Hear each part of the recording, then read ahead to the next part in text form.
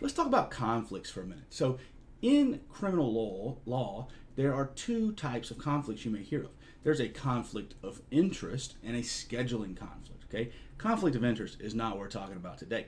That is what prevents me from representing somebody, a client who I owe a duty to, whose interests are opposed to one of my other clients. I can't do that because then who am I going to fight for harder or the hardest? Lawyers can't make that decision. We're not allowed to represent people who have competing interests like that. But scheduling conflicts is something that comes up every single week almost, right? Almost every day. This happens all the time, and it happens to criminal litigators, particularly the defense bar, more than anybody else, okay?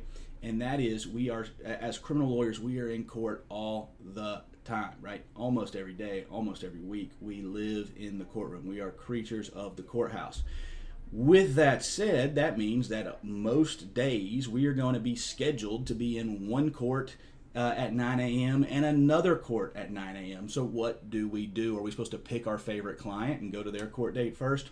Not at all. The Superior Court Council of Georgia, so the Superior Court judges have rules that dictate where we go first, second, third, fourth, fifth, whatever it may be. For instance, we go to jury trials before non-jury trials. We go to felonies before misdemeanors. We go, if there's a tie, we go to the oldest case, right?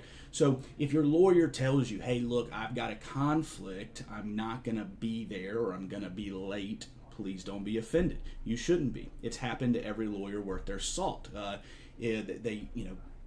Good lawyers get lots of cases and they have lots of court and they have conflicts. It does not mean that you're not their favorite client or that some other client's more important. It just means that they're following the rules. And frankly, if your lawyer is filing conflicts and letting you know ahead of time, they're doing a really dang good job, okay? Because we see a lot of times in court clients who don't know their lawyers had a conflict or don't know their lawyer's going to be late or don't know why their lawyer won't be there until 11 a.m. or 1 p.m., right? If your lawyer's communicating that with you, which is a huge thing, is the communication, then your lawyer is doing a great job, right? That's why we're very, very careful, and we find it to be very, very important to communicate excellently with our clients about the status of their court date, whether there's a conflict or not, and we're always going to be upfront with them, and we're always going to file those conflicts as soon as we possibly can.